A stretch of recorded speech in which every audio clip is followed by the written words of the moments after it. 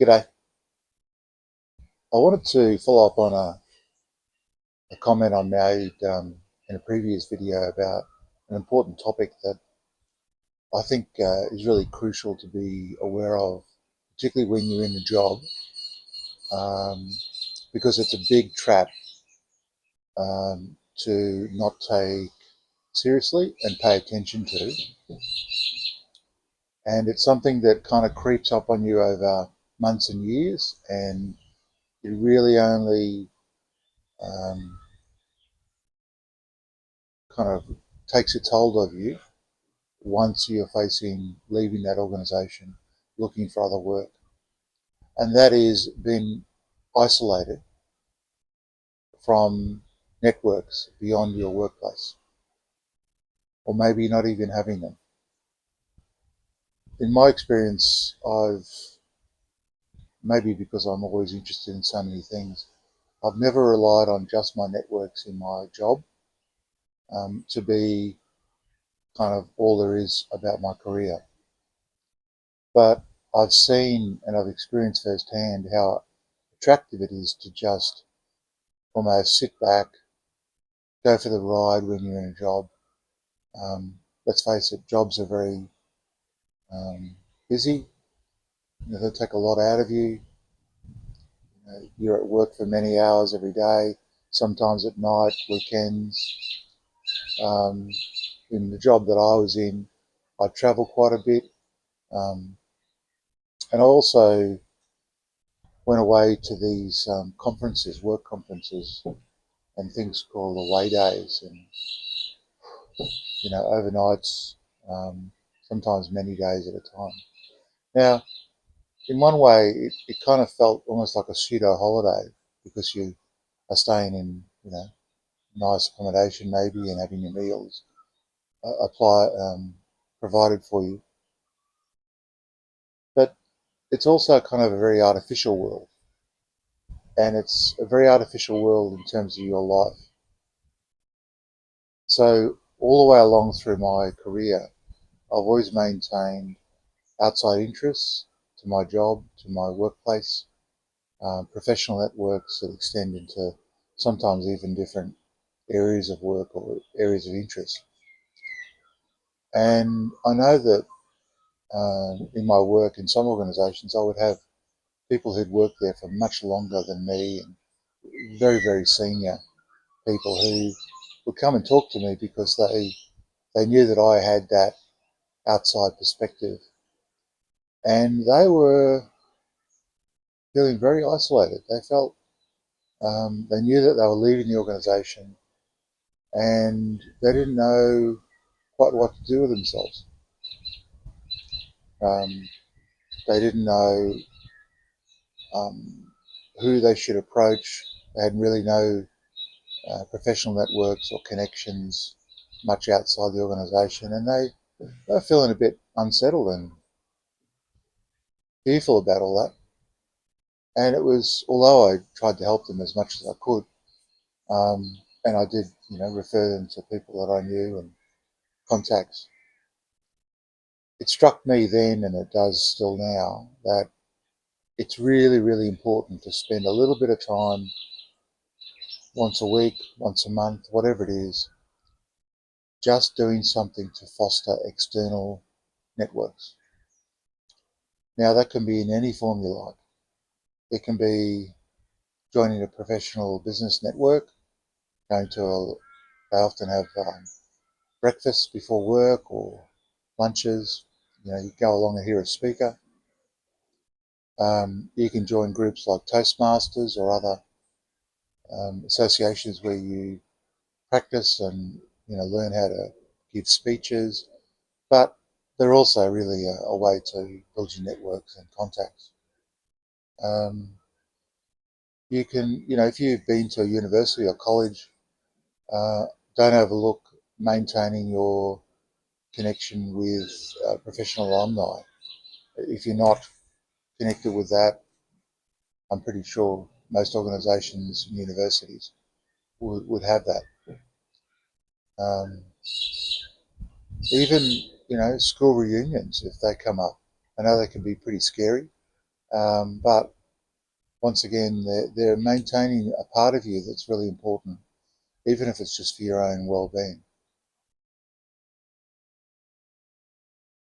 In this world of kind of AI and being viewed as kind of almost like a widget or a cog in a wheel, I think it's very, very crucial that you put some mind to how you are valued beyond your own organisation.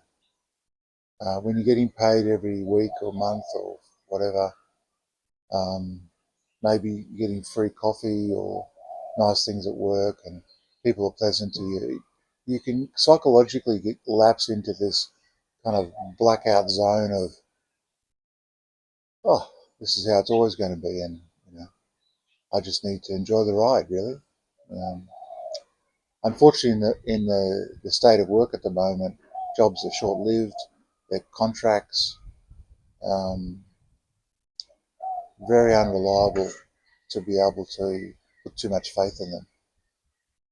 And the longer you're in a job, the more de-skilled you become from an external perspective. Unfortunately, when you leave a job, the people that you used to work with are almost not going to be of much help at all because all they know is the job you're in or the workplace you're in. Yeah, they might be a referee or that type of thing, but they're not really going to be part of your future unless you're very fortunate to have somebody to open doors. But um, and that's why it's a parallel process. While you're in a job, you're in a very strong position to make sure you're preparing for the next job. Even if you don't want to leave, you love it, that's no excuse to ignore the importance of building that sort of professional muscle of contacts beyond the organisation. So, yeah, I'd like to encourage you to give some thought and some effort to that. Um, just another thought that I had too that I also maintain was um, professional membership. If you're, I don't know, an accountant, you're an engineer, you're a childcare worker, there's always some sort of professional organisation that you can join and stay in contact with, go to conferences or educational events. Um, really, really important for your professional well-being long term beyond your current job. Absolutely important. Um, this is not to exclude professional training or education. By all means, do that, but that's not going to necessarily open doors for you as much as professional networks. Um,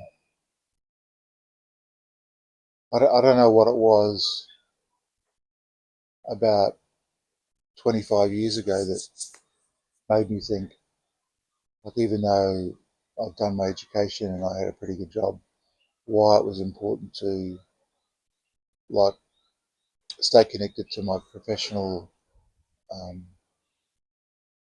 my profession of social work, and I maintained my membership. I did voluntary work alongside that, um, and clinical skills, so that I don't know. I just felt like it was important to keep that um, professional anchor.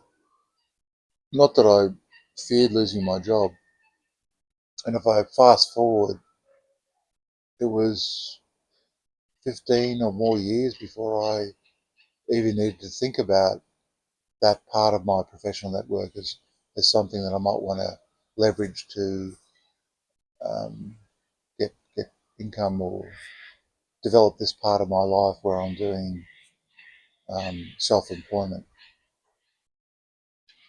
But I can tell you, having that behind me and knowing um, what I require in this phase of my life to do self-employment as a counsellor, employee assistance provider, coaching to executives. Having that already under my belt and fresh and alive meant that when I did want to create my own business and my own self-employment, there were no delays. I was completely up to date. I had all the registration, insurances, had the professional networks, so I could apply for openings or present myself as a going concern.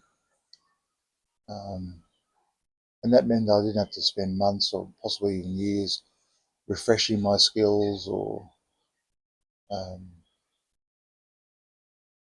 applying and hopefully getting into professional networks or associations. So it didn't actually take that much effort to keep that up, and I'm thankful. But it's not that I ever thought that I would necessarily need them, but it kind of made me feel a little less reliant. I think a job in a workplace can apply a certain element of control on your career that you don't realize until you leave. And I would like to encourage anyone listening to this to not allow that to happen to you. The workplace doesn't have the right or um, the the privilege to have that influence on your career. You have to be the master of your own career, because otherwise you'll just be responding to all these events and changes as they come up, and that's you can't run a life that way. Always good to have one hand on the steering wheel. So yeah, very important networks. Foster them now when you're in a job because one day they'll be a real lifeline. You take care and talk to you again next time.